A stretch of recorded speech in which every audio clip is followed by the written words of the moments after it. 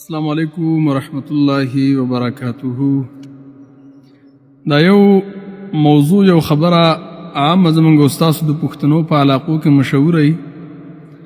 هغه دا خبره چې کله بارانونه نه کېږي د هغې د وجې نه خلک راولګېږي، غرونه وسوځي یا ونې شینکي سوځي، شنه بوټي سوځي، چې د دې د وجې نه په موږ باندې الله باران وکړي.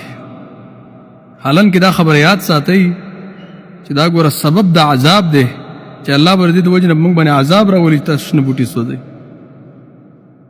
او په دې کې بله دا ده چې کله سړی دې بوټي ته اور کېږدي، په دې غرونو کې زنده سري پکې او داسې حشرات پکې، هغې بچیان پکې، هغه پکې وسوځي چې هغې الله سبحانه وتعالی ته ستاسو شکایت وکړي، نو په تاسې باندې به الله سبحانه وتعالی باران کوي که عذاب به د باندې راولي.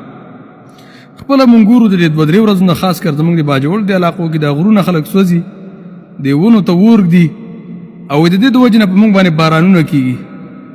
بارانونه څه کوي چې الله سبحانه وتعالی به د باندې عذابونه راولي. د دې کار نه لاس واخلئ. دا شرعي طریقه نه ده د باران، چې شرعي طریقه د نبي صلی الله علیه وسلم دوه طریقې ښودلي. یو دا چې یو سړی د کله د الله نه باران غواړي استسقا به وکړي، د هغې سره ځناور به هم راوباسي، حیوانات د کورونو نه، الله ته به عاجزي وکړي، نو الله سبحانه وتعالی په دې امت باندې باران کوي. دویمه دا ده چې یو خطیب به د جمعې په ورځ لاس ټوت کړي په خطبه کې د باران دپاره به دعاګانې کوي، څرنګه چې هغه صحیح حدیث کې راځي چې خلک نبي صلی الله علیه وسلم ته رالول باران نه کېږي، نو نبي صلی الله علیه وسلم لاس ټوت کړي، نور مسلمانانو پې امین و. دغه دوه طریقې دي. نور د غرونه سول د الله